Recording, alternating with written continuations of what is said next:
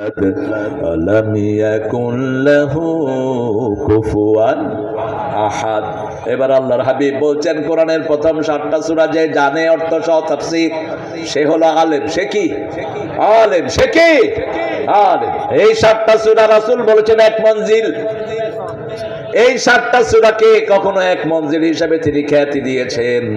প্রথম সূরা হলো সূরাতুল ফাতিহা, দ্বিতীয় সূরা হলো সূরাতুল বাকারা, তৃতীয় সূরা কি সূরা আলে ইমরান, চতুর্থ সূরা সূরা নিসা, পঞ্চম সূরা সূরা মায়েদা, ষষ্ঠ সূরা আনআম, সপ্তম সূরা সূরা আরাফ।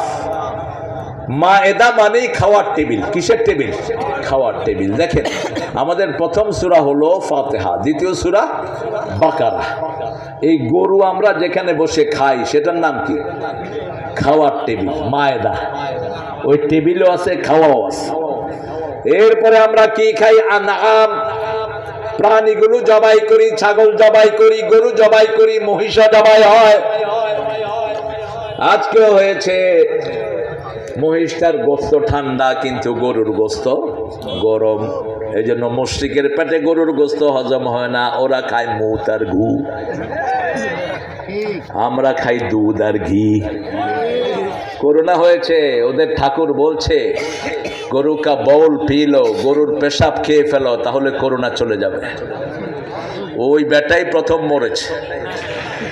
যারা পবিত্র ছিল এদেরকে করোনা স্পর্শ করা নেই। ওয়ার্ল্ড হেলথ সেন্টার বলছে ডু দ্য এভলিউশন, ওযু করো, করোনা ধারে কাছেও আসতে পারবে না। ওযু আছে যেখানে পরিচ্ছন্নতা, সেখানে ইসলাম আছে। যেখানে ভাইরাস নাই। এত লক্ষ মানুষ জমায়েত হয়েছে, কোনো পুলিশের দরকার নাই। বরং পুলিশ আগে আমাদের মাহফিলগুলো ভন্ডুল করতো। ঠিক তবে ঠিক। এখন কোথায় সেই সোনার চাঁদেরা? তোমরা যারা কালীগঞ্জে আমাকে আসতে দাও নাই, কোথায় সেই পান্ডারা? কোথায় সেই আমার যে আমার ছোট ভাইয়ের চোখ উপড়িয়ে ফেলেছে? নৃশংস একটা ক্লাস 10-এর পোলাপানকে দেখলে তো এমনি আদর করতে ইচ্ছা করে। আর এই ছেলেটাকে মেরে তার চোখগুলো দুটি শাবল দিয়ে উঠিয়ে দিয়ে গেছে। মার কিছুর জন্য কাঁদে নাই, মা কেঁদেছে শুধু আমার ছেলের চোখের জন্য। আল্লাহর কি নিদারুণ বিচার! তোর একটা টুকরাও দুনিয়াতে পাওয়া যায় নাই, আখিরাতেও তোর টুকরা পাওয়া যাবে না। কোন জালেমকে আল্লাহ এমনি ছেড়ে দেয় না। ঠিক না? কোন জালেম থাকতে পারবে না জমিনে। আগামীর পার্লামেন্টে কি হবে আমি জানি না।